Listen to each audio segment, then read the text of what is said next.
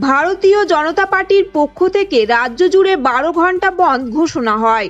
তা সফল করতে সকাল থেকে মাঠে নামে বিজেপি। ব্যাপকভাবে সাড়া পড়েছে গাজলে। এদিন সকাল থেকে কর্মী সমর্থকেরা বিজেপির ঝান্ডা নিয়ে পদযাত্রা করে মানুষ সমর্থন করেন বলে তাদের দাবি। এই দিন ওই ব্লকে যানবাহন চলাচল বন্ধ ছিল। এছাড়া কলকারখানা, দোকানপাট সবই বন্ধ রয়েছে। গাজল 1 নম্বর গ্রাম পঞ্চায়েতের উপপ্রধান প্রদ্যুৎ সর্দার বলেন, এই দিন ব্যাপক সাড়া পড়েছে। আমরা মাঠে ছিলাম, মানুষ নিজে থেকে দোকান অফ করে রেখেছে। আরও কয়েক ঘন্টা বাকি রয়েছে, আমরা আশা করি সব বন্ধ থাকবে।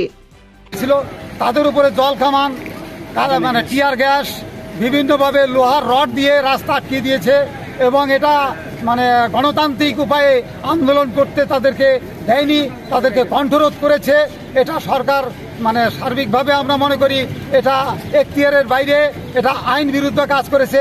আন্দোলন করার অধিকার প্রত্যেকেরই আছে, তাই আমরাও মনে করি আন্দোলন আমরাও করব।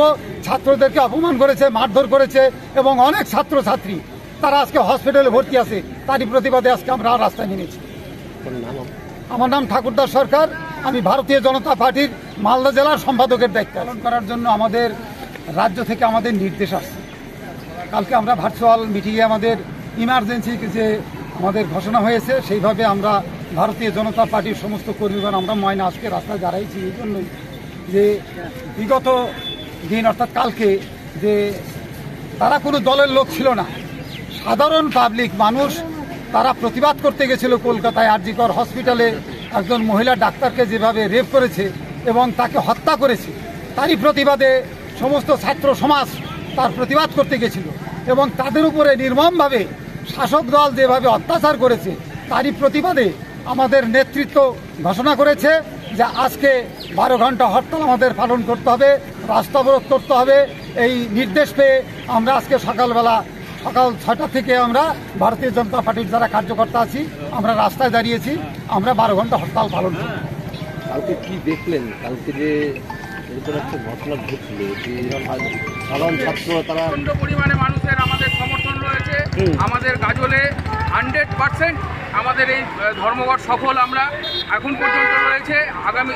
আগামী কয়েক ঘন্টা বাকি আছে, সেখানেও আমরা 100% সফল। আমরা এই মানুষের সমর্থন পেয়েছি, আমরা খুশি।